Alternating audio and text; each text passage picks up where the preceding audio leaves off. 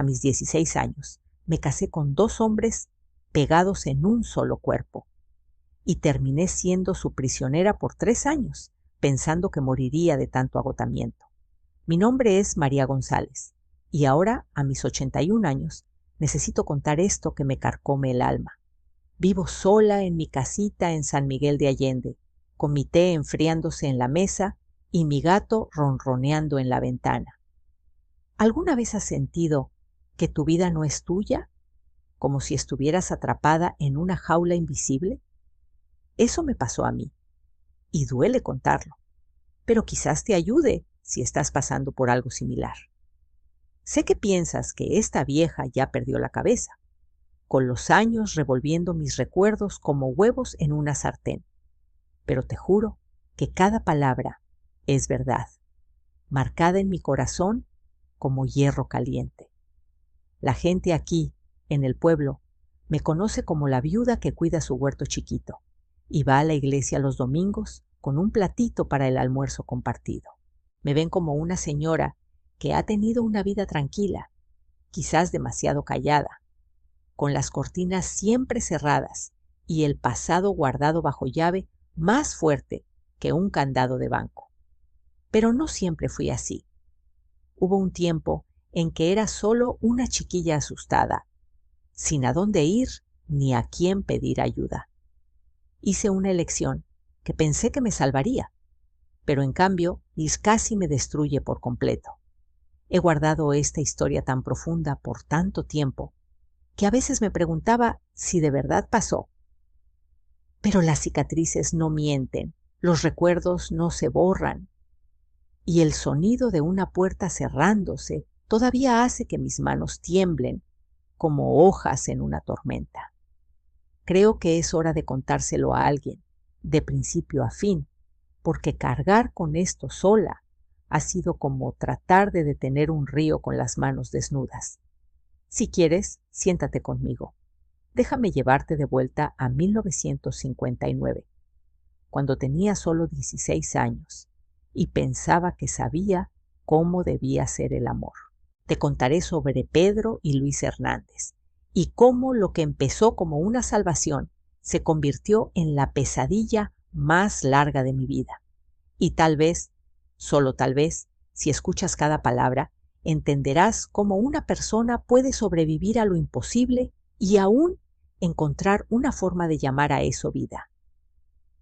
Esta no es una historia bonita. No es de esas que se cuentan en las reuniones familiares con sonrisas. Es del tipo que se esconde en los rincones oscuros de la memoria, donde nadie quiere mirar.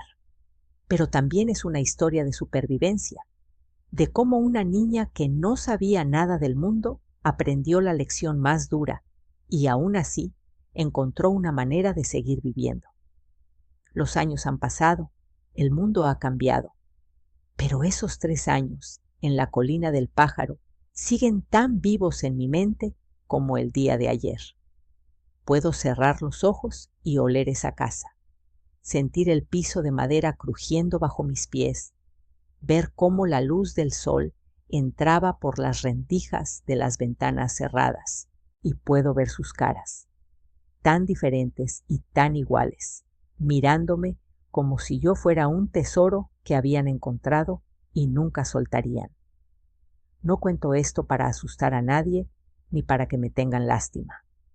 Lo cuento porque hay otras personas atrapadas en sus propias versiones de esa colina, personas que piensan que no tienen elección, que no tienen voz, que no hay salida. Y quiero que sepan que incluso cuando parece imposible, cuando todas las puertas están cerradas y las ventanas tapadas, todavía puede haber un camino hacia la libertad. Tienes que entender algo sobre San Miguel de Allende, en Guanajuato, en 1959. Era un pueblo donde todos sabían de la vida de todos, pero algunos secretos eran tan oscuros que la gente fingía que no existían. Los gemelos Hernández eran uno de esos secretos. Vivían en lo alto de la colina del pájaro, en esa casa grande y blanca que había pertenecido a sus abuelos. Y la mayoría de la gente en el pueblo actuaba como si esa casa estuviera vacía. como si esos muchachos nunca hubieran nacido. Pero yo sabía que existían porque los había visto una vez, cuando tenía como 12 años. Estaba pasando por la tienda con doña Rosa, la señora que me recogió después de que mi mamá muriera, y los vi de reojo por la ventana trasera de la camioneta vieja de don Sebastián. 2 hombres adultos compartiendo un cuerpo de la cintura para abajo, sentados quietos como estatuas en la iglesia mientras don Sebastián cargaba las compras. Doña Rosa me jaló el brazo tan fuerte que pensé que me lo arrancaría, y me dijo que nunca mirara los misterios de Dios, que ciertas cosas no eran para ojos jóvenes. Yo era huérfana, ¿entiendes? Lo había sido desde los 10 años, cuando mi mamá agarró tuberculosis y se fue consumiendo hasta no quedar nada en 6 meses. Mi papá se había ido cuando yo era bebé. Así que cuando mamá murió, me convertí en lo que llamaban una tutelada por caridad. Doña Rosa me recogió, pero no por bondad. El gobierno pagaba un dinerito cada mes y yo ganaba mi comida haciendo la limpieza, la cocina y los remiendos. No era cruel del todo, pero tampoco cálida. El amor era un lujo que no podíamos darnos en esa casa. Cuando cumplí 16, doña Rosa dejó claro que mi tiempo bajo su techo se acababa. Los pagos del gobierno paraban a los 18 y ella tenía sus propios problemas. Empezó a hablar de encontrarme un trabajo decente, que en un pueblo como San Miguel significaba trabajar en la cocina de alguien o limpiando cuartos en la pensión si tenía suerte. Si no, bueno, había otros trabajos que las chicas desesperadas a veces tenían que considerar. Fue cuando el padre López vino a ver a doña Rosa con lo que llamó una propuesta de Dios mismo. Yo estaba en la cocina haciendo tortillas para la cena cuando oí sus voces a través de las paredes delgadas, bajas y serias, como si estuvieran planeando un funeral. El padre le dijo a doña Rosa que la familia Hernández había hecho un pedido inusual. Buscaban a una joven para casarse con los muchachos, todo legal y bendito ante Dios y el estado de Guanajuato. No era algo nuevo, dijo el padre, en casos como el de ellos, donde la naturaleza había atado 2 almas en un cuerpo. La ley lo permitía en circunstancias especiales, y la Iglesia lo santificaría si todas las partes estaban de acuerdo y en edad adecuada. Los Hernández ofrecían una buena suma a quien ayudara a arreglar el matrimonio, dinero suficiente para dejar a doña Rosa cómoda por años. Y pedían específicamente a alguien joven, que pudiera adaptarse a su situación, que no se asustara con su condición. Lo que no sabía entonces, no podía saber, era que esos pedidos inusuales habían pasado antes. La familia Hernández tenía una historia de esas uniones especiales que se remontaba al abuelo de los gemelos, que también había nacido así, unido a su propio hermano.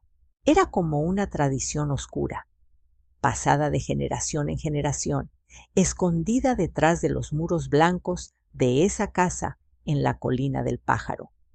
Todo el pueblo conocía la historia, pero nadie hablaba de ella. Era como un pacto silencioso, una mancha que todos preferían ignorar. Los viejos meneaban la cabeza y susurraban que era castigo divino. Los jóvenes inventaban cuentos de terror sobre la casa. Las mamás jalaban a sus hijos al otro lado de la calle cuando pasaban cerca del camino que subía a la colina. Y ahí estaba yo, oyendo cómo decidían mi futuro como si fuera una pieza en el tablero de ajedrez de otra gente. No era la primera vez, claro. Mi vida había sido decidida por otros desde que mi mamá cerró los ojos por última vez, pero esta vez parecía diferente. Esta vez el camino que elegían para mí era tan extraño, tan fuera de lo normal, que ni en mis peores pesadillas lo habría imaginado.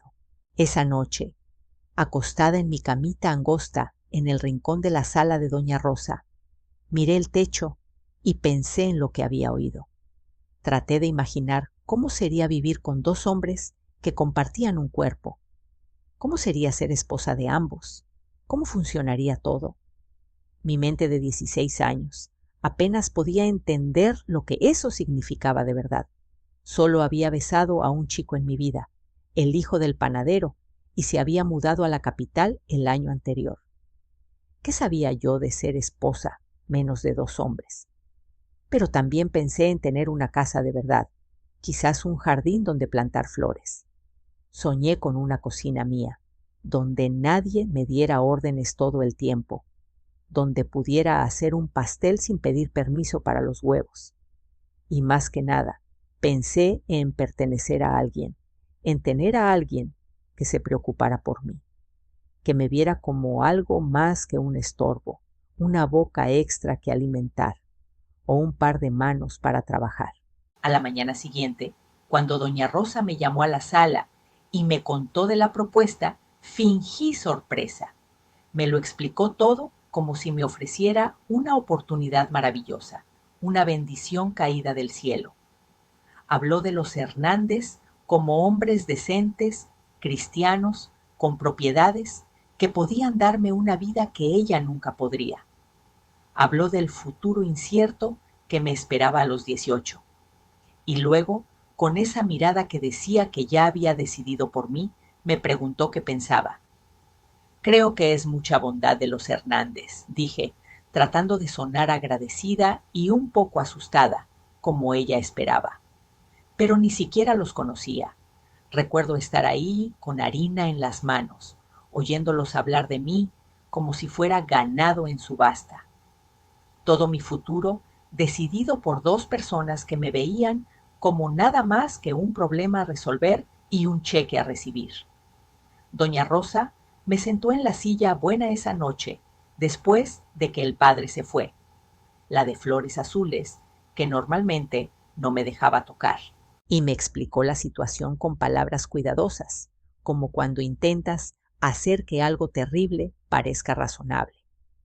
Los gemelos Hernández, dijo, eran buenos hombres cristianos, a los que Dios les había dado una mano dura. Tenían propiedades buenas, dinero en el banco, y podían mantener a una esposa de formas que pocos en San Miguel podían. Sería un matrimonio de conveniencia, dijo, pero conveniencia era mejor que caridad, y caridad era todo lo que podía esperar de otra forma. Lo que no dijo, lo que flotaba en el aire como humo de una fogata apagándose, era que en realidad no tenía elección. A los 16, sin familia, sin dinero, sin futuro, podía aceptar o terminar en la calle a los 18. Le pregunté si ella los había visto en persona y su cara se puso blanca como leche. Me dijo que algunas cosas en este mundo eran asunto de Dios, no nuestro, y que una buena mujer cristiana aprende a aceptar lo que el Señor ofrece sin cuestionar su sabiduría. Y ahí supe que lo que me esperaba en lo alto de la colina del pájaro cambiaría todo sobre quién era y quién pensaba que podía ser.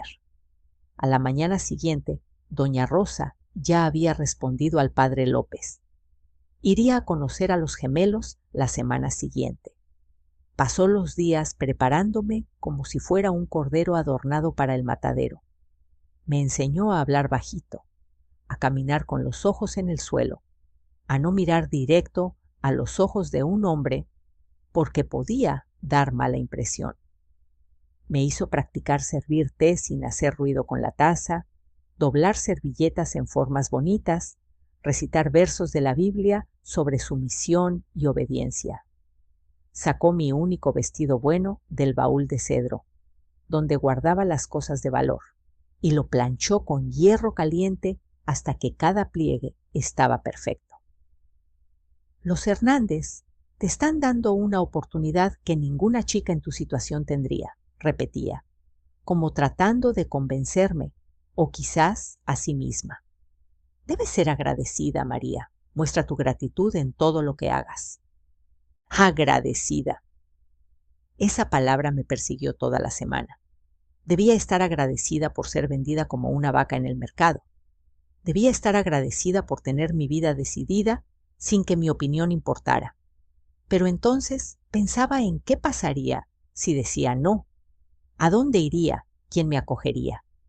En San Miguel, una chica sin familia era como una hoja suelta en el viento. Terminaría en el lodo tarde o temprano. El día del encuentro llegó más rápido de lo que quería. Era una mañana de martes, el cielo limpio y azul que casi dolía en los ojos. El padre López vino a recogernos en su camioneta vieja. Doña Rosa se sentó adelante con él, dejándome sola atrás, como si ya no perteneciera a su casa. Hablaban bajito adelante, palabras que apenas oía sobre arreglos, dinero y fechas, mientras yo miraba por la ventana, viendo las casas del pueblo quedando atrás mientras subíamos la colina del Pájaro. El camino era de tierra roja, lleno de curvas y piedras sueltas que hacían saltar la camioneta.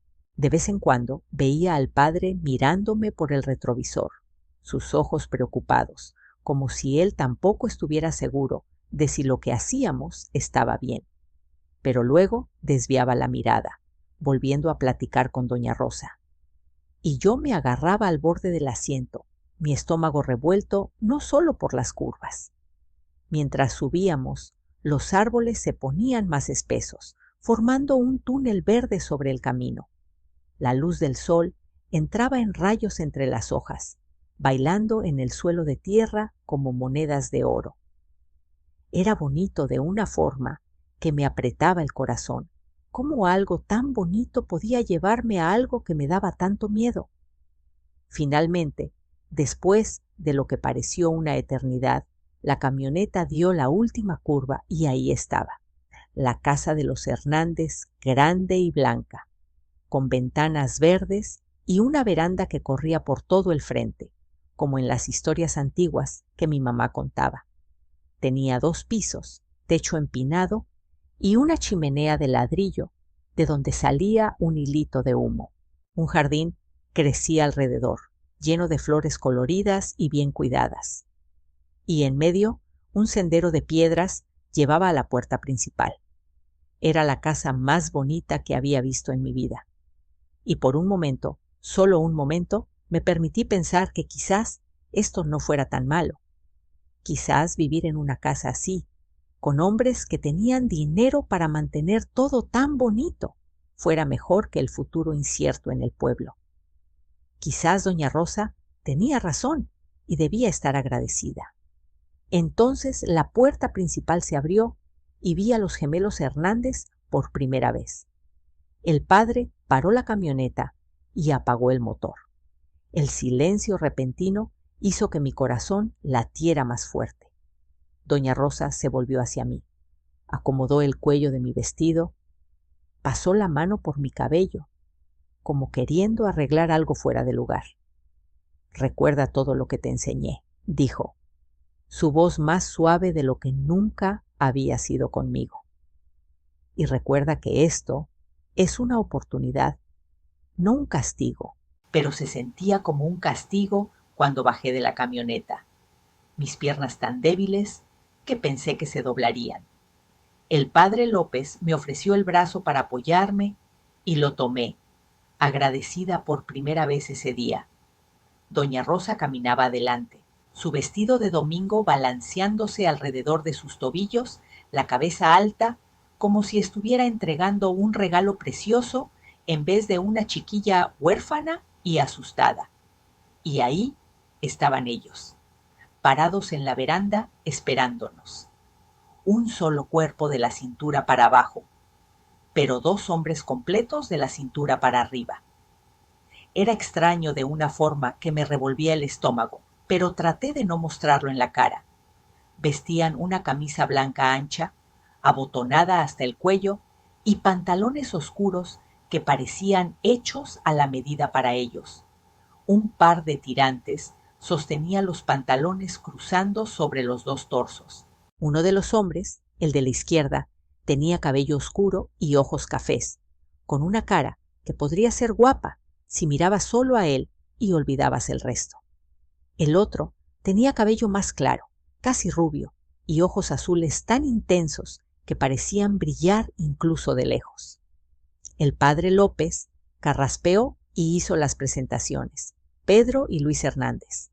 Esta es la joven de la que les hablé, María González. Me empujó suavemente adelante y me encontré a solo unos pasos de los gemelos. Bienvenidos a nuestra casa, dijo el de cabello oscuro. Pedro, extendiendo la mano primero al padre, luego a doña Rosa.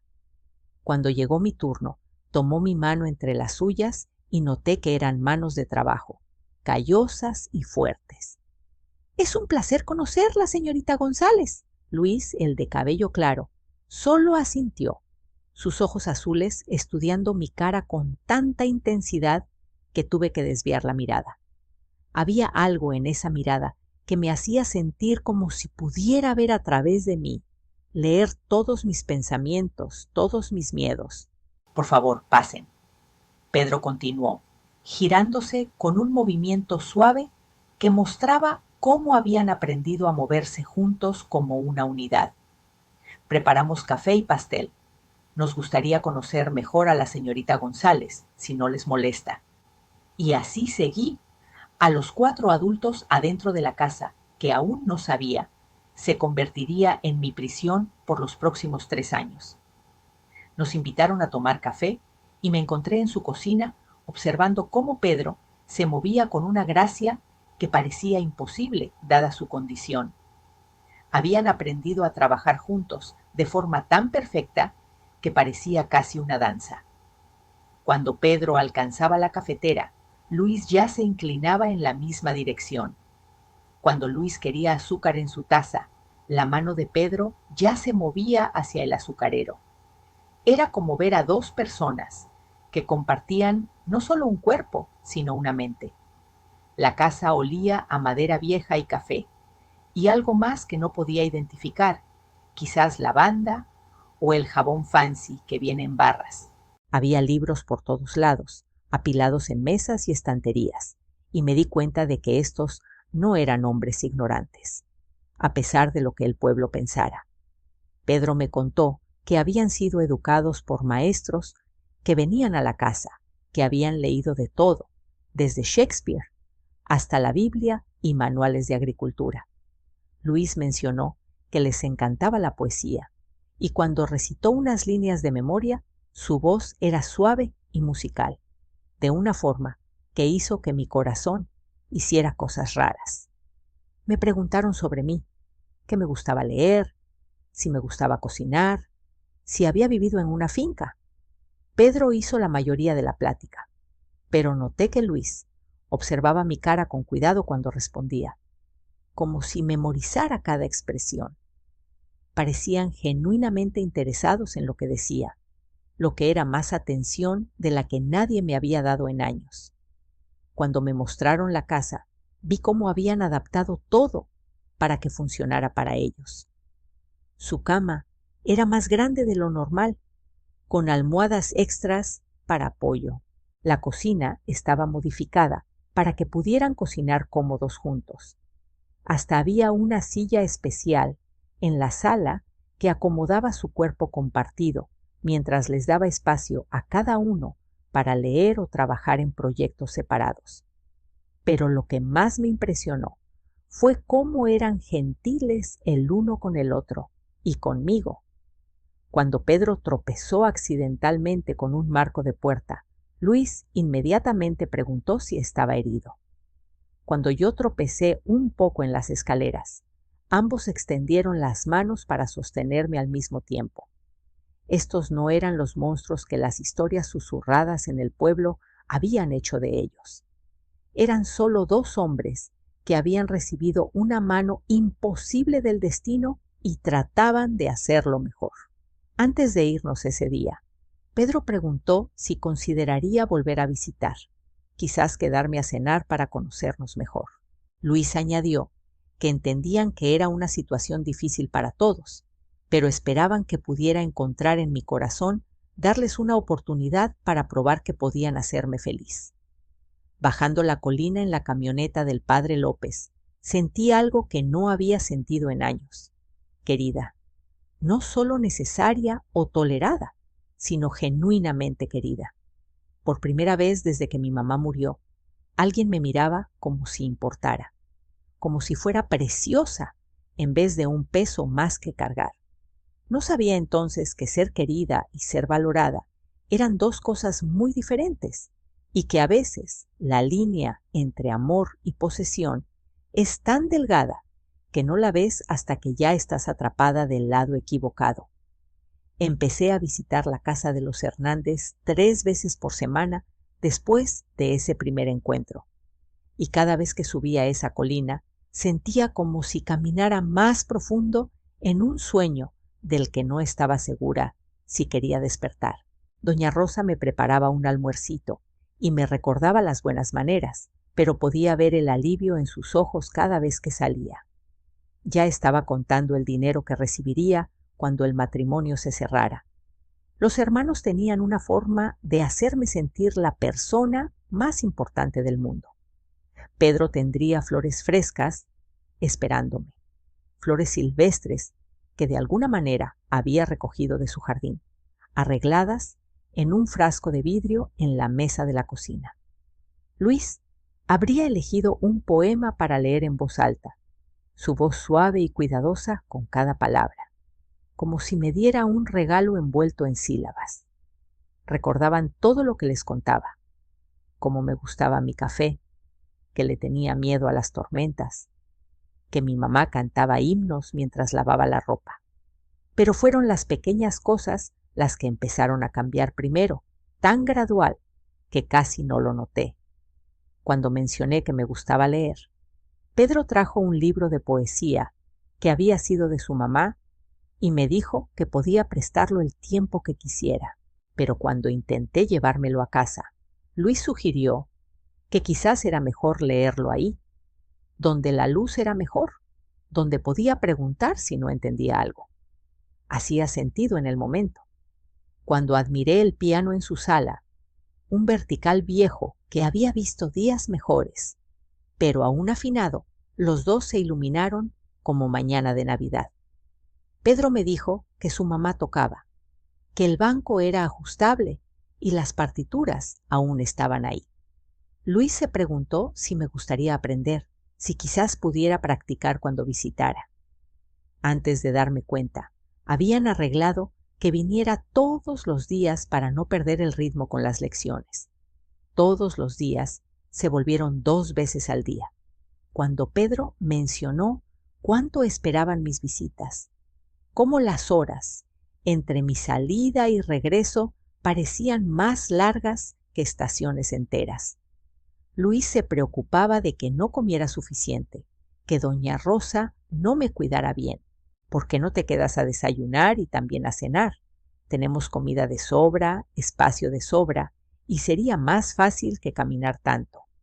Era siempre así. Una sugerencia gentil, una preocupación aparente, y antes de darme cuenta, estaba durmiendo ahí más que en casa. Fue doña Rosa quien sugirió que quizás era hora de oficializar las cosas. El padre López está impaciente, dijo una noche después de que volví de otro día en la colina. Y los Hernández, bueno, parecen quererte mucho, mija. Mejor hacerlo pronto antes de que cambien de idea. Tenía 16 años. ¿Qué sabía yo del matrimonio? ¿Qué sabía de ser esposa, menos de 2 hombres? Pero cuando el padre López vino a hablar conmigo, explicando cómo sería la ceremonia, cómo todo sería legal y bendito por Dios, cómo estaría segura y cuidada por el resto de mi vida, empecé a pensar que quizás no fuera tan malo. Son buenos hombres, dijo el padre, sus manos sosteniendo las mías como si realmente le importara mi futuro. Diferentes, sí, pero buenos. Y tú, hija mía, mereces un techo sobre tu cabeza y comida en la mesa. Mereces seguridad, seguridad. ¿Cómo suena diferente esa palabra ahora? ¿Cómo me parecía un refugio entonces? ¿Cómo se volvió una prisión después? El matrimonio pasó en una tarde de miércoles, sin anuncio, sin invitados más que doña Rosa y el padre López. Usé mi vestido bueno, que doña Rosa había planchado con tanto cuidado. Los Hernández habían comprado uno nuevo, un vestido blanco simple, esperándome en una caja con lazo. Pero insistí en usar el de mi mamá. Era lo único que me quedaba de ella, y de alguna forma parecía importante que estuviera conmigo ese día, aunque solo a través de un pedazo de tela. Pedro y Luis vestían trajes oscuros que parecían hechos a medida, con una apertura en la espalda que les permitía encajar perfecto. Se habían cortado el cabello, afeitado y hasta puesto agua de colonia que podía oler cuando me acerqué a ellos frente al padre. La ceremonia fue corta. El padre leyó pasajes de la Biblia, habló de deber y respeto y luego preguntó si aceptaba a Pedro y Luis Hernández como mis esposos legítimos. Dudé un momento, mirando esos 4 ojos que me observaban con tanta esperanza, tanta expectativa. Sí, dije, mi voz casi un susurro. Acepto. Y entonces los ojos de Pedro se llenaron de lágrimas. Luis sonrió de una forma que iluminó toda su cara. Y por un momento, solo un momento, pensé que quizás esto pudiera funcionar. Quizás pudiera ser feliz aquí, con estos 2 hombres que parecían tan contentos de tenerme. El padre nos declaró casados, y Pedro se inclinó para besarme primero, sus labios suaves y respetuosos contra los míos. Luis hizo lo mismo, un beso tímido que apenas tocó mi boca, y luego doña Rosa me abrazaba, diciendo lo orgullosa que estaba, que había hecho la elección correcta, que todo sería mejor ahora. Lo que no dijo, lo que nadie dijo, era cómo sería después de que todo se fuera. Cómo sería cuando las puertas se cerraran y estuviera sola con mis nuevos maridos. Cómo sería la noche de bodas con 2 hombres que compartían un cuerpo. Los hermanos tenían una forma de hacerme sentir la persona más importante del mundo.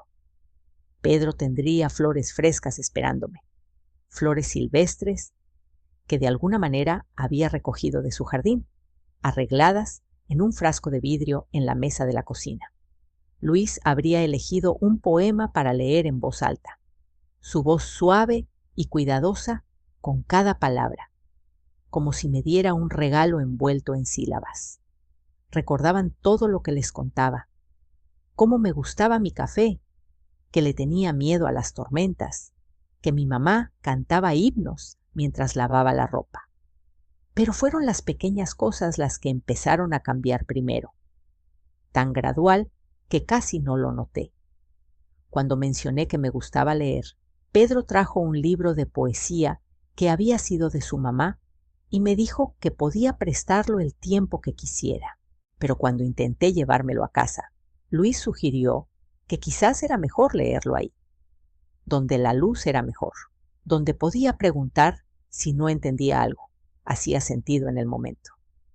Cuando admiré el piano en su sala, un vertical viejo que había visto días mejores, pero aún afinado, los 2 se iluminaron como mañana de Navidad.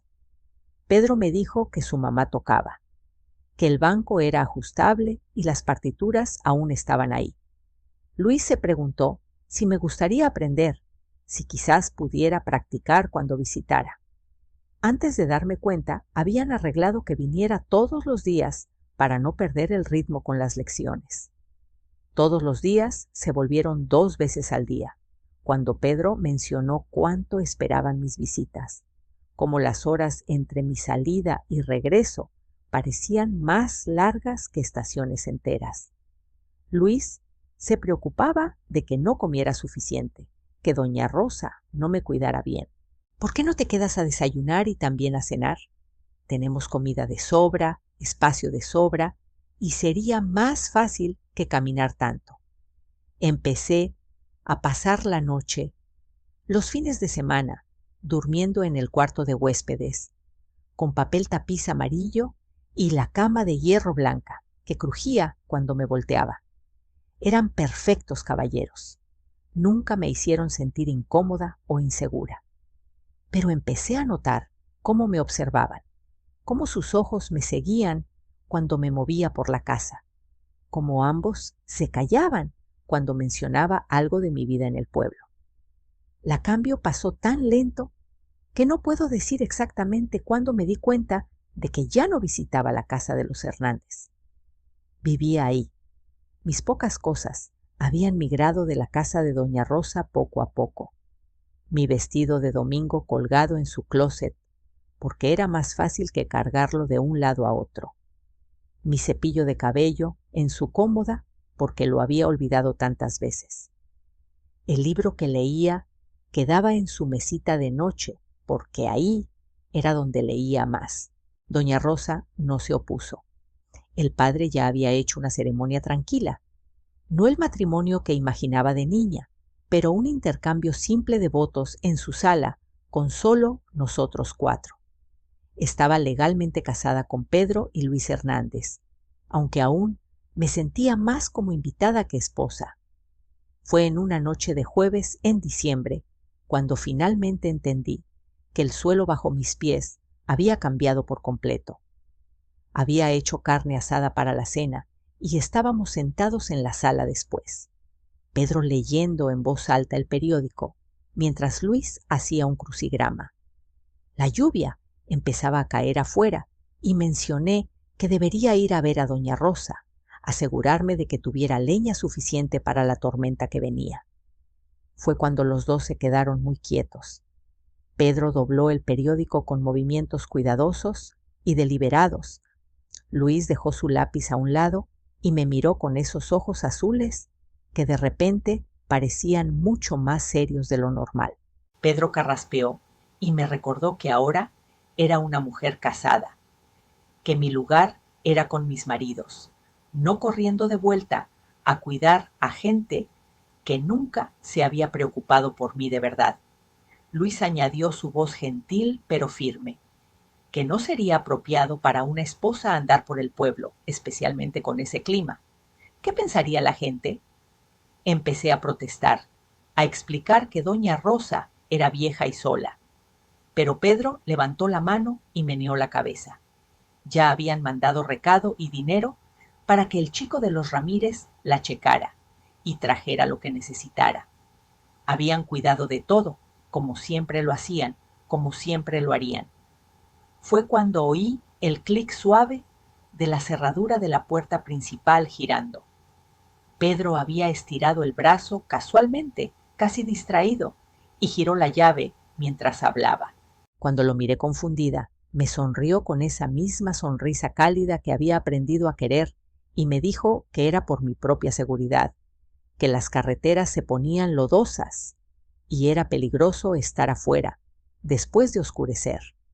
Pero la llave desapareció en su bolsillo y por primera vez desde que subí la colina del Pájaro, me di cuenta de que no tenía idea de dónde estaba en esta extraña nueva geografía de mi vida. Ya no era la chiquilla que subía a visitar, ni la joven esposa conociendo su nuevo hogar. Era algo más, algo para lo que aún no tenía palabras. Esa noche, acostada sola en la cama del cuarto de huéspedes, miré por la ventana y vi el cielo nublado, sin una sola estrella para hacerme compañía. La lluvia golpeaba el vidrio como dedos impacientes y el viento aullaba alrededor de la casa como un animal atrapado.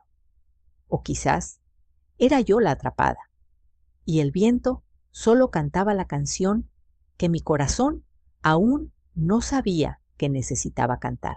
Tenía 16 años, casada con 2 hombres, y acababa de darme cuenta de que la puerta principal de mi nuevo hogar estaba cerrada con llave y la llave no estaba conmigo.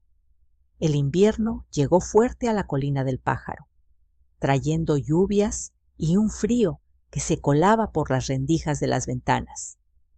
La casa grande, que antes me parecía tan bonita, ahora se sentía como una prisión cada vez más apretada. Todo empezó a cambiar poco a poco, de una forma tan sutil que al principio casi no lo noté. Las carreteras están malas por las lluvias, decían Pedro y Luis. Entonces, las entregas de víveres vendrían solo una vez por semana. El teléfono tenía problemas con las líneas por la humedad, así que las llamadas no pasaban bien. Era mejor, decían, enfocarnos solo en nosotros por un tiempo, aprender a ser una familia de verdad sin distracciones del exterior. Pero lo que no me contaron, lo que tuve que descubrir sola, era que ser su esposa significaba algo muy diferente de lo que imaginaba. Me necesitaban, decían, de formas que otros maridos quizás no. Habían estado solos tanto tiempo. Les habían negado el tipo de amor que otros hombres daban por hecho.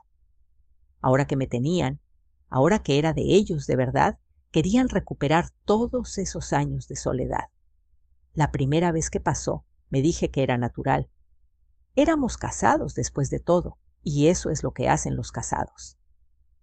Pedro fue gentil, pidiendo permiso con los ojos, incluso cuando sus manos temblaban de deseo. Luis susurraba poesía mientras esperaba su turno, su voz suave y respetuosa como si estuviera rezando. Me cuidaron después, trayéndome leche tibia con miel. Me dijeron lo linda que era, qué afortunados eran de haberme encontrado. Pero luego pasó de nuevo antes de dormir, y de nuevo en la mañana, antes del desayuno, y de nuevo después del almuerzo. Lo que había parecido amor y deseo empezó a sentirse como otra cosa, como un hambre que nunca se saciaba, como una sed que solo se ponía más fuerte con cada trago de agua. Empezaron a planear sus días alrededor de eso, platicando entre ellos en susurros sobre de quién era el turno, cuándo sería el mejor momento, si yo parecía muy cansada o si podría estar dispuesta. Dejé de ser María y me volví algo más, un objeto que compartían, una posesión que se turnaban para usar, una solución a un problema que nunca había entendido del todo. Intenté hablar con ellos una vez. Intenté explicar que necesitaba tiempo para descansar, para pensar, para solo ser yo misma un rato.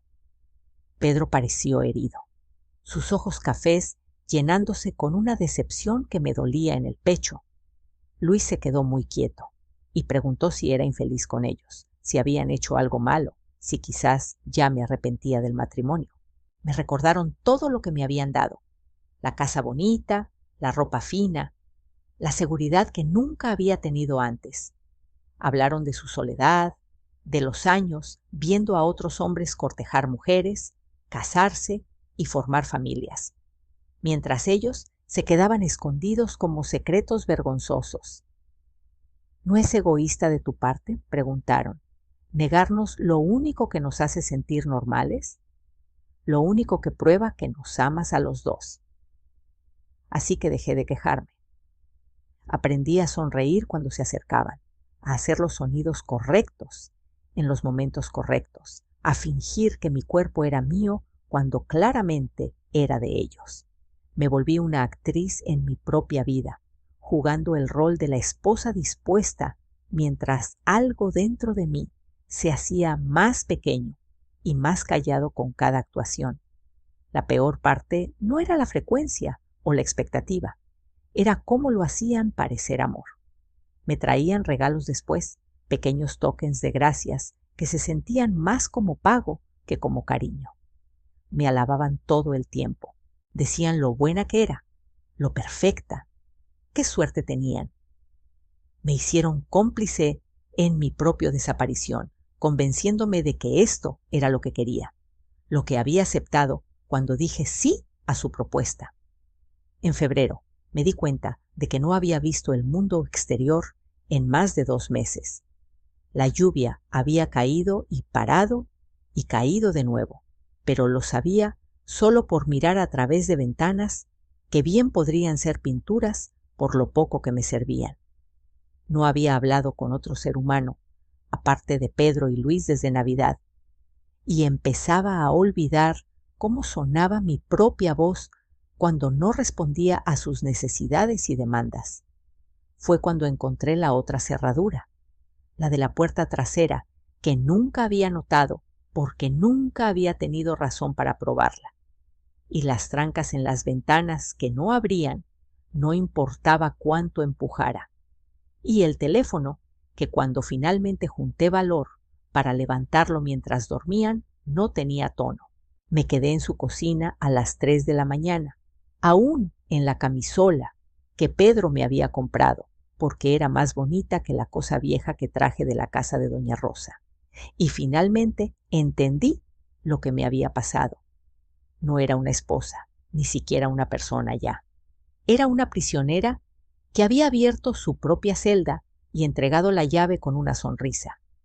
La primavera llegó tarde ese año, pero cuando por fin llegó, trajo una inquietud que no podía sacudir. La lluvia se fue para revelar un mundo que casi había olvidado que existía. Hierba verde brotando de la tierra café, pájaros haciendo nidos en los aleros de la casa, el olor de cosas creciendo y cambiando, llevado por el viento que sacudía las ventanas trancadas. Me encontré parada en esas ventanas por horas, mis manos presionadas contra el vidrio, como si pudiera empujar mi camino al otro lado. Pedro y Luis notaron mi humor. Claro, notaban todo sobre mí ahora. Cómo comía, cómo dormía, cuándo sonreía y cuándo no. Empezaron a planear actividades especiales para animarme, decían. Pedro sugirió plantar una horta juntos, algo para darme un proyecto en que enfocarme. Luis pensó que me gustaría redecorar el cuarto de huéspedes, quizás elegir cortinas nuevas del catálogo, ya que me gustaba tanto mirar por las ventanas. Pero lo que realmente hacían era darme tareas para llenar el tiempo, pequeñas labores para ocupar las horas vacías entre sus demandas sobre mi cuerpo. Habían aprendido a espaciar las cosas mejor, para que pareciera menos obvio, pero el horario aún estaba ahí. Mañana, tarde, noche y a veces una vez más antes de dormir, si se sentían particularmente necesitados. Había empezado a marcar los días en un calendario que guardaba escondido en el cajón de mi cómoda, usando marcas de lápiz que no parecían más que rayones al azar. 6 veces al día se había vuelto el estándar, y lo contaba como una prisionera marcando tiempo en la pared de una celda. El proyecto de la horta me dio mi primer gusto de aire exterior en meses, pero incluso eso venía con condiciones.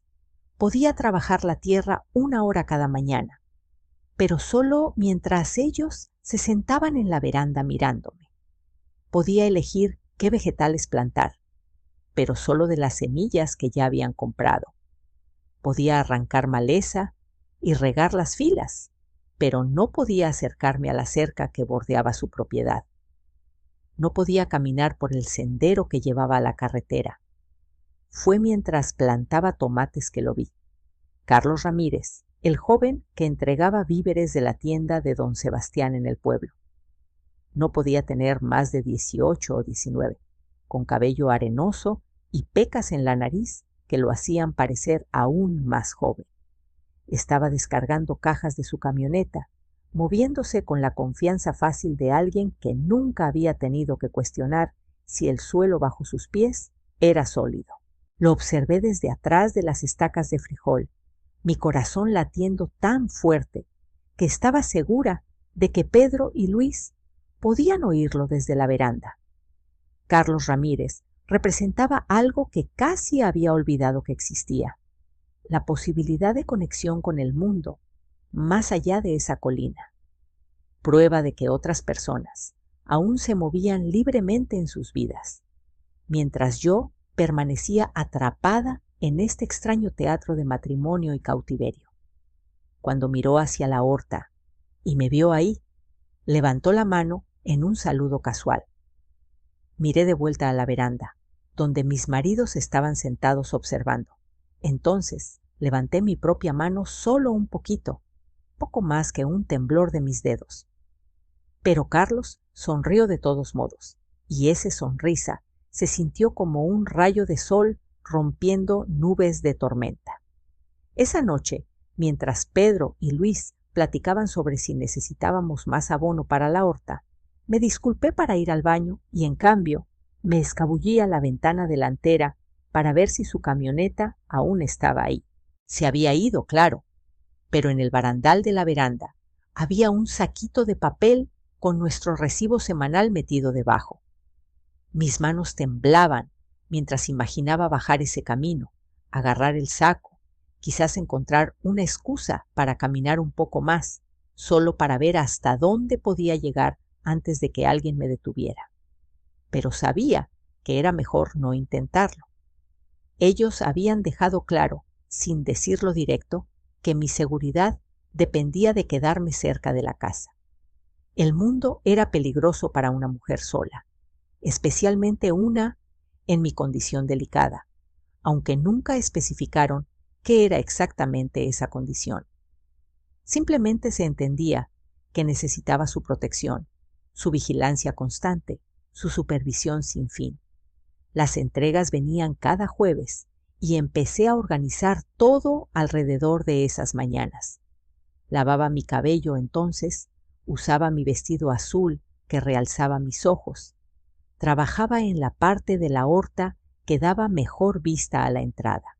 Me decía a mí misma que solo trataba de verme bonita, de sentirme humana otra vez, pero en el fondo sabía que mandaba señales, como un farol lanzando luz en la oscuridad. Carlos empezó a dejar cosas. Nada obvio, nada que notaría a alguien que no buscara. Una moneda en el barandal que no estaba antes. Una piedrita colocada de forma especial en la reja de la horta. Una flor del campo metida bajo la esquina del recibo de compras. Pequeños signos de que pensaba en mí, de que prestaba atención, de que alguien en el mundo aún me veía como una persona que valía la pena notar. Nunca respondía directo, nunca dejaba señales de vuelta. El riesgo era demasiado grande y había aprendido a temer hasta mi propia sombra. Pero empecé a pararme donde él pudiera verme mejor durante las entregas. Empecé a mirarlo a los ojos unos segundos más de lo que la cortesía pedía. Y una vez, cuando Pedro y Luis estaban distraídos por una discusión sobre algo que leyeron en el periódico, puse la mano en mi garganta y negué con la cabeza levemente. Un gesto tan chiquito que podría haber sido solo espantando un mosquito, pero inconfundible si estabas buscando. Los ojos de Carlos se abrieron grandes y asintió una vez rápido antes de volver a su camioneta. La siguiente jueves no llegó. La camioneta de Carlos nunca apareció en nuestra entrada, y para el final del día, Pedro y Luis estaban agitados de una forma que nunca había visto.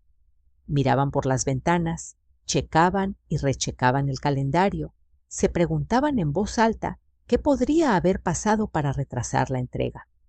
Pedro sugirió que quizás Carlos estuviera enfermo o su camioneta descompuesta. Luis se preguntaba si habría habido un accidente en los caminos de la colina, pero yo sabía mejor. Sabía que mi gestito había llegado a su destino y que en algún lugar del pueblo la gente hacía preguntas que Pedro y Luis no querían responder. El viernes vino y pasó sin noticias del pueblo. El sábado se estiró sin fin, lleno de un silencio tenso como el que viene antes de las tormentas. Pedro y Luis susurraban entre ellos cuando creían que no oía, sus voces bajas y urgentes, de una forma que me ponía la piel de gallina. Planeaban algo, decidían algo, y tenía un presentimiento terrible de que ese algo era yo. El domingo por la mañana, Pedro anunció que no iríamos a la iglesia, algo sobre el clima pareciendo amenazante, aunque el cielo estaba claro como cristal. En cambio, tendríamos nuestro propio servicio en casa, solo nosotros tres, como Dios quería que las familias adoraran juntas. Pero lo que realmente decía era que no saldríamos, no nos vería nadie que pudiera hacer preguntas incómodas sobre por qué parecía tan delgada y asustada. Por la tarde del domingo, entendí que mi señal no solo había sido recibida, había desatado algo mucho más grande de lo que esperaba. Carlos Ramírez no había solo visto mi pedido de ayuda y decidido salvarme solo. lo había llevado a otros, gente con autoridad, gente que podía hacer preguntas que Pedro y Luis no podían esquivar con encanto y explicaciones. La revelación me pegó como un golpe en el estómago. Estaba a punto de ser descubierta, y ellos lo sabían. Fue cuando su comportamiento cambió por completo. La manipulación suave y el control cuidadoso dieron paso a algo más directo y aterrador. Pedro empezó a checar y rechecar cada cerradura en la casa, probando ventanas que no se habían abierto en meses, contando llaves como un tacaño contando monedas. Luis empezó a mover nuestras provisiones a lugares diferentes, escondiendo cosas en sitios que tomarían tiempo encontrar, preparándose para lo que parecía un sitio. Me explicaron con cuidado, con paciencia, cómo se explica un concepto difícil a una niña lenta. Había gente en el pueblo que no entendía nuestra situación, que podría tratar de interferir en nuestro matrimonio por ignorancia y prejuicio. Esa gente pensaba que sabía que era mejor para mí, pero nunca se había tomado el tiempo de ver lo feliz que era, lo bien cuidada, cómo mis maridos me amaban y valoraban.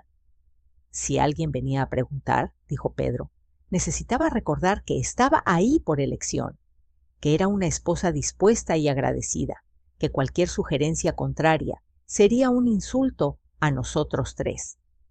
Luis añadió que algunas personas podrían tratar de engañarme, decir que venían a ayudar cuando en realidad solo querían causar problemas a nuestra familia. Pero debajo de sus explicaciones cuidadosas podía oír la amenaza que siempre había estado ahí, solo escondida bajo capas de bondad y preocupación. No me dejarían ir nunca, y si alguien trataba de sacarme de ellos, habría consecuencias que ninguno queríamos enfrentar. El lunes por la mañana trajo el sonido que había esperado y temido al mismo tiempo.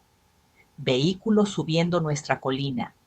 No solo la camioneta de entrega de Carlos, sino otros autos, motores que sonaban oficiales. Estaba en la cocina haciendo el desayuno cuando los oí, y dejé caer el plato que sostenía, viéndolo romperse en el piso, como mis nervios finalmente se habían quebrado después de meses de control cuidadoso. Pedro apareció en la puerta al instante, como si hubiera estado esperando ese momento. Su cara estaba calmada, pero sus ojos tenían una fiereza que nunca había visto. Y cuando habló, su voz era firme como roca. Me dijo que pasara lo que pasara a continuación. Necesitaba recordar que pertenecía a ellos, que estaba segura con ellos, que el mundo afuera nunca entendería ni aceptaría lo que teníamos juntos. Me recordó todas las veces que me habían protegido, sostenido, amado cuando nadie más se importaba si vivía o moría. El sonido de puertas de autos cerrándose resonó en el patio, seguido de pasos pesados en las escaleras de la veranda. Varias voces, voces de hombres, llamando palabras que sonaban oficiales sobre órdenes, investigaciones y chequeos de bienestar. Luis tomó mi mano en las suyas, sus ojos azules llenos de algo que parecía despedida. Susurró que no importaba qué me dijeran, qué promesas o amenazas hicieran. Necesitaba recordar que el amor a veces se veía diferente de lo que la gente esperaba, y que el amor verdadero significaba no abandonar a los que más te necesitaban. Los golpes en la puerta principal eran lo suficientemente fuertes para hacer temblar las ventanas, y una voz que no reconocía gritaba sobre tener autoridad legal para entrar en la propiedad, sobre conducir una investigación oficial, sobre reportes de una persona en peligro. Pedro alcanzó sus llaves, pero en vez de abrir la puerta, checó 2 veces que cada cerradura estuviera segura. Nos quedamos ahí en el pasillo, nosotros 3, que nos habíamos vuelto algo torcido e irreconocible en casi 3 años, oyendo sonidos de rescate y ajuste de cuentas finalmente llegando a nuestra puerta. Me di cuenta de que estaba llorando, pero no podía decir si las lágrimas eran de alivio o terror, porque por mucho que quisiera ser salvada, por mucho que hubiera rezado por este momento, también sabía que una vez que esa puerta se abriera, todo cambiaría de formas que no podía prever ni controlar. La chiquilla, que había subido la colina del Pájaro a los 16 años, se había ido para siempre. Pero quizás, solo quizás, la mujer que estaba a punto de bajar de nuevo por ella aún pudiera encontrar una forma de vivir. Los golpes en la puerta pararon de repente, y en el silencio que siguió, oí algo que hizo que mis rodillas flaquearan, la voz de Carlos Ramírez. Pero no estaba solo. Hablaba con alguien que tenía autoridad en las palabras y propósito en los pasos. A través de las paredes delgadas capté pedazos de su conversación, partes de un plan que se había formado mientras yo estaba atrapada en mi propio mundo desesperado. Carlos no había solo leído mi señal y actuado solo. La había llevado al delegado Mendoza, sí, pero también la mostró a su tía Laura, que trabajaba en el juzgado de la comarca y sabía de procedimientos legales y derechos de mujeres que la mayoría en San Miguel nunca había considerado. Más importante, Laura Ramírez había estado guardando registros, documentando entregas en nuestra casa, anotando pedidos extraños y el aislamiento creciente, construyendo un caso que nadie podía descartar como chisme o especulación. Lo que no sabía, lo que Pedro y Luis tampoco sabían, era que había habido otras chicas antes de mí, no muchas, y no recientemente, pero suficientes para formar un patrón que había llamado la atención de gente cuyo trabajo era notar esas cosas. La familia Hernández había hecho arreglos como el nuestro por 3 generaciones, y Laura Ramírez había recolectado evidencia de eso en silencio por 20 años. La voz del delegado Mendoza vino por la puerta entonces, calmada y profesional, explicando que tenían una orden judicial para hacer un chequeo de bienestar, que era un asunto rutinario que se podía resolver rápido y en paz si todos cooperaban. Pero Pedro y Luis no escuchaban las palabras razonables, escuchaban otra cosa, el sonido de su mundo cuidadosamente construido empezando a derrumbarse. Fue entonces que Luis hizo algo que me sorprendió más que nada en los últimos 3 años. Miró a su hermano, luego a mí, y con una voz tan baja que casi la perdí, le dijo a Pedro que me diera las llaves. Pedro lo miró como si hubiera perdido la razón, pero Luis siguió hablando, sus palabras saliendo más rápido ahora, más urgentes. Dijo que ambos sabían que este día llegaría algún momento, que siempre habían sabido que vivían en tiempo prestado. Dijo que habían tenido casi 3 años de algo que la mayoría de los hombres nunca lograban. Y quizás eso era suficiente. Quizás era hora de dejarme ir antes de que alguien saliera herido. Pero Pedro no estaba listo para rendirse. Su cara se oscureció, y cuando habló, su voz llevaba una dureza que nunca había oído. Le recordó a Luis que yo pertenecía a ambos, que había hecho votos ante Dios y el Estado, que nadie tenía derecho a romper un matrimonio legal solo porque no lo aprobaban. La discusión que siguió fue diferente de cualquier cosa que había visto entre ellos antes. Por 3 años se habían movido juntos como partes de la misma máquina, anticipando necesidades del otro, compartiendo pensamientos y deseos con una intimidad que excluía a todos los demás. Pero ahora, enfrentando la posibilidad de perder el control total, se revelaron como 2 hombres separados con ideas muy diferentes sobre qué significaba el amor y hasta dónde estaban dispuestos a ir para mantenerlo. El delegado Mendoza se impacientaba afuera, su voz ganando ese tono que sugería que estaba listo para dejar de pedir amablemente y empezar a exigir. Podía oír otras voces también: Carlos Ramírez, Laura Ramírez y al menos 2 hombres más, que sonaban como si ya hubieran lidiado con situaciones así antes. Luis me alcanzó entonces, sus manos gentiles en mis hombros, sus ojos azules llenos de algo que parecía casi alivio. Me dijo que lo sentía, que nunca quiso que las cosas llegaran tan lejos, que en algún punto del camino habían dejado de protegerme y empezado a protegerse a sí mismos del miedo a perderme. Dijo la palabra que Pedro no podía decir: «Vete». Miré entre ellos, estos 2 hombres que habían controlado cada aspecto de mi vida por tanto tiempo, que casi había olvidado que era capaz de tomar mis propias decisiones. Pedro aún agarraba sus llaves, aún creyendo que podía mantener el mundo afuera con cerraduras y determinación. Pero Luis extendía la mano, ofreciéndome una elección que pensaba perdida para siempre. Cuando tomé su mano, en vez de esperar permiso de Pedro, algo dentro de mi pecho, que había estado cerrado, finalmente se abrió. Caminé a la puerta principal con piernas que parecían de otra persona. Alcancé la cerradura con dedos que temblaban tanto que apenas podía girar el mecanismo. La puerta se abrió y la luz del sol inundó el pasillo donde había estado en sombras por tanto tiempo que había olvidado cómo era el brillo. El delegado Mendoza entró primero, un hombre de 1,50, con ojos amables y el tipo de presencia firme que te hacía creer en la justicia de nuevo. Detrás vino Carlos Ramírez, viéndose más joven y nervioso de lo que nunca lo había visto, pero determinado de una forma que me recordó que aún había gente en el mundo que hacía lo correcto solo porque era lo correcto. El delegado preguntó si estaba bien, si necesitaba doctor, si estaba libre para irme si quería.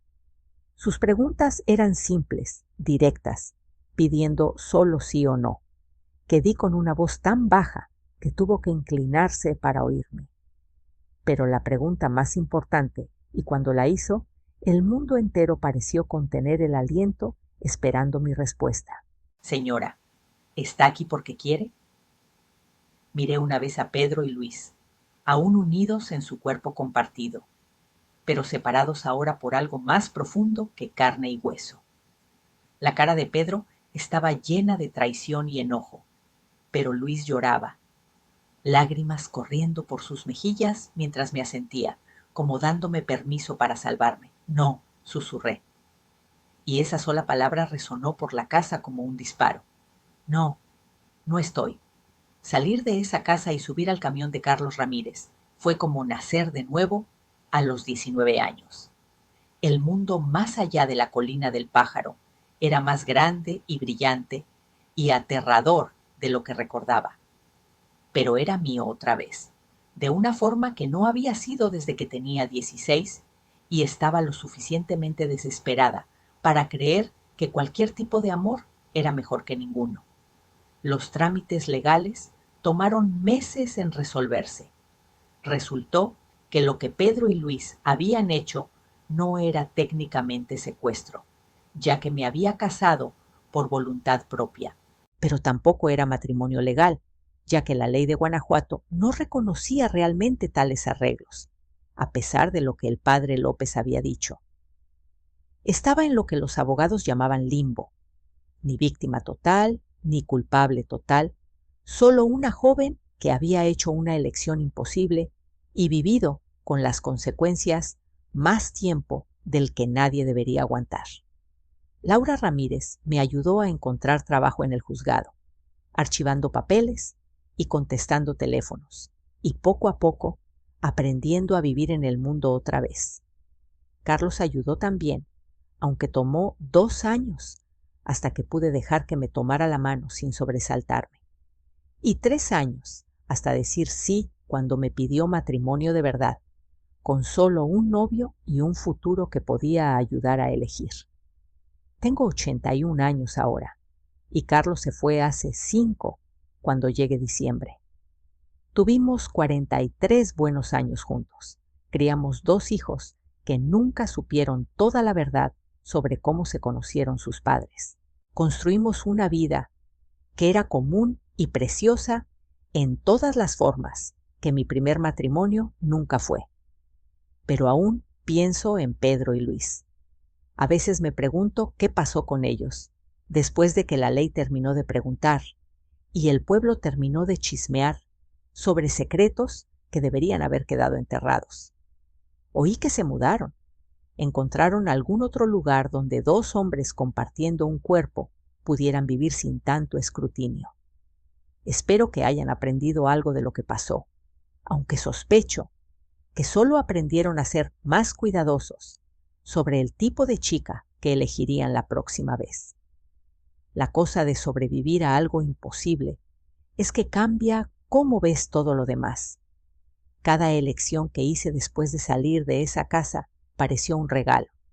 Cada día normal como un pequeño milagro.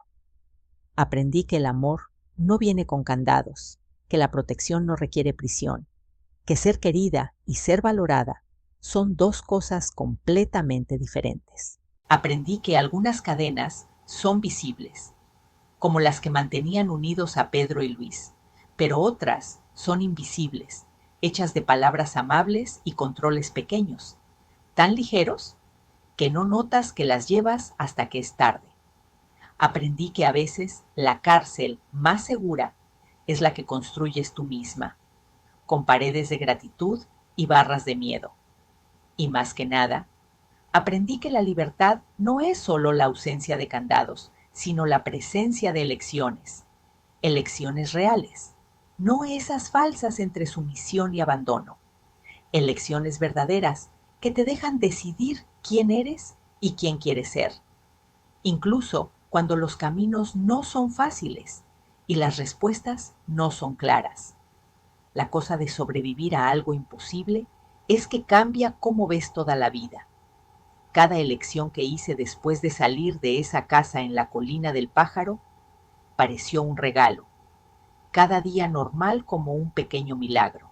Aprendí que el amor verdadero no viene con candados, que la protección verdadera no necesita prisión y que ser querida y ser valorada son cosas muy diferentes.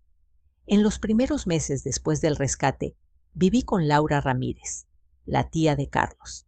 Me prestó un cuartito en el fondo de su casa hasta que me pusiera de pie. Fue extraño al principio aprender a vivir sola de nuevo. Saltaba con cualquier ruido. Tenía miedo de estar en habitaciones con puertas cerradas y a veces despertaba en mitad de la noche pensando que aún estaba en esa casa blanca en lo alto de la colina. Laura me consiguió el trabajo en el juzgado, organizando papeles y contestando teléfono. No pagaba mucho, pero era honesto, y poco a poco fui ahorrando un dinerito. También fui aprendiendo a confiar en la gente otra vez, a hacer amistades, a sonreír sin fingir. Carlos me visitaba de vez en cuando, siempre respetuoso, siempre manteniendo distancia, como si supiera que necesitaba espacio para sanar. Tomó 2 años hasta que pude sostener su mano sin temblar. 3 años hasta aceptar una invitación a cenar. 5 años hasta decir sí cuando me pidió matrimonio. No fue un camino fácil. Tuve pesadillas por años. Aún tengo de vez en cuando. Sueños donde estoy encerrada en esa casa, donde no puedo gritar, donde manos me tocan en la oscuridad y no puedo decir no. Pero Carlos fue paciente, nunca me presionó, nunca exigió nada. Esperó hasta que estuve lista, hasta que aprendí que no todos los hombres son como Pedro y Luis, que no todo amor es cárcel. Nuestro matrimonio fue simple, en el registro civil del pueblo, con solo unos amigos cercanos. Usé un vestido verde claro que cosí yo misma, y Carlos tenía un traje café que parecía grande en sus hombros. No fue el boda de princesa que soñaba de niña, pero fue real, fue elegido, fue mío. Tuvimos 2 hijos, Antonio y Clara, niños hermosos que crecieron sin saber la historia completa de cómo se conocieron sus padres. Sabían que había estado casada antes, que había pasado por cosas duras, pero nunca conté los detalles. ¿Cómo explicar a un niño que su mamá fue prisionera? ¿Cómo hacerles entender esa oscuridad sin manchar su inocencia? En cuanto a Pedro y Luis, sé poco de lo que pasó después. Hubo un juicio, claro. El delegado Mendoza hizo su trabajo, juntó pruebas, testigos. Laura Ramírez sacó sus archivos, mostrando que antes de mí habían habido otras mujeres jóvenes que desaparecieron después de visitar la colina del pájaro. Algunas nunca se encontraron. Ninguna había hablado, hasta yo. Los gemelos fueron juzgados y condenados, no por secuestro, ya que fui por voluntad propia, sino por encierro privado y otros delitos que ni quiero mencionar. No fui al juicio. No necesitaba ver esas caras de nuevo. Oí que cuando salieron de la cárcel años después, se mudaron lejos, quizás a Jalisco o Michoacán, donde nadie conocía su historia. A veces me pregunto si aprendieron algo, si se dieron cuenta del daño que hicieron, no solo a mí, sino a todas esas otras mujeres. Pero sospecho que no. Gente como ellos no cambia. Probablemente solo aprendieron a ser más cuidadosos la próxima vez que eligieran una víctima. Su casa en la colina del pájaro quedó abandonada por años. Nadie quería comprar un lugar con esa historia. La gente pasaba lejos. Se persignaba cuando mencionaba el nombre Hernández. Hasta que un día el ayuntamiento la derrumbó para construir un tanque de agua para la parte alta del pueblo. Fue mejor así. Algunas casas, como algunos recuerdos, es mejor no dejarlas de pie. Carlos y yo vivimos una vida simple, pero buena. Criamos a nuestros hijos con amor y libertad, nunca con control. Trabajamos duro. Compramos nuestra casita en el barrio de La Esperanza. Plantamos un jardín lleno de flores coloridas. Nunca nos hicimos ricos, pero nunca nos faltó nada. Y lo más importante, nunca faltó respeto, nunca faltó elección. Carlos se fue hace 5 años, un infarto que lo llevó una mañana de domingo, sentado en la mecedora de la veranda tomando su café. Fue rápido, sin sufrir. Acabábamos de celebrar 43 años de casados. 43 años de un amor que nunca necesitó candados para mantenerse. Hoy, a los 81, vivo sola en esta casita de la calle de las Flores. Antonio vive en Ciudad de México con su familia y Clara en Guadalajara. Me visitan cuando pueden, me llaman todos los domingos. Tengo mi gato, mis plantas, mis vecinas que vienen a tomar café conmigo. Tengo mi libertad. Entro y salgo cuando quiero. Duermo y despierto a la hora que elijo, como lo que deseo. Pequeñas libertades que mucha gente ni nota, pero para mí son tesoros preciosos. Si me preguntas qué aprendí en esta larga vida, te diría que aprendí la diferencia entre amar y poseer. Aprendí que las personas no son cosas para tener, guardar o encerrar. Aprendí que un no dicho con firmeza vale más que 1000 síes susurrados por miedo. Aprendí que algunas cadenas son visibles, como las que unían a Pedro y Luis, pero otras son invisibles, hechas de palabras amables y controles pequeños, tan ligeros que no notas que las llevas hasta que es tarde. Aprendí que a veces la cárcel más segura es la que construyes tú misma, con paredes de gratitud y barras de miedo. Y sobre todo, aprendí que nunca es tarde para elegir la libertad, para abrir la puerta y salir a la luz, incluso cuando no sabes qué te espera del otro lado. Si mi historia te llegó hoy, donde sea que estés escuchando, espero que te recuerde que tu voz importa, tus elecciones importan, tu vida te pertenece a ti y a nadie más. Espero que te ayude a recordar que nunca es tarde para elegirte a ti misma, para decir no cuando quieres decir no, para caminar hacia la luz incluso cuando no ves qué espera del otro lado. Comparto esta historia porque a veces lo más valiente que podemos hacer es contar la verdad sobre cómo se ve realmente la supervivencia. No siempre es bonita, no siempre tiene sentido, pero es tuya. Y eso, más que nada, es por lo que vale la pena pelear. Si crees que hay alguien allá afuera que necesita oír estas palabras, quizás puedas ayudar a que mi voz encuentre el camino hasta ellos. A veces las pláticas más importantes pasan entre extraños que entienden que ser humano significa cuidarse unos a otros, incluso cuando no sabemos los nombres. Dime en los comentarios de qué ciudad estás viendo. Me encantaría saber hasta dónde han viajado estos viejos recuerdos y quizás tengas una historia propia que necesite ser contada.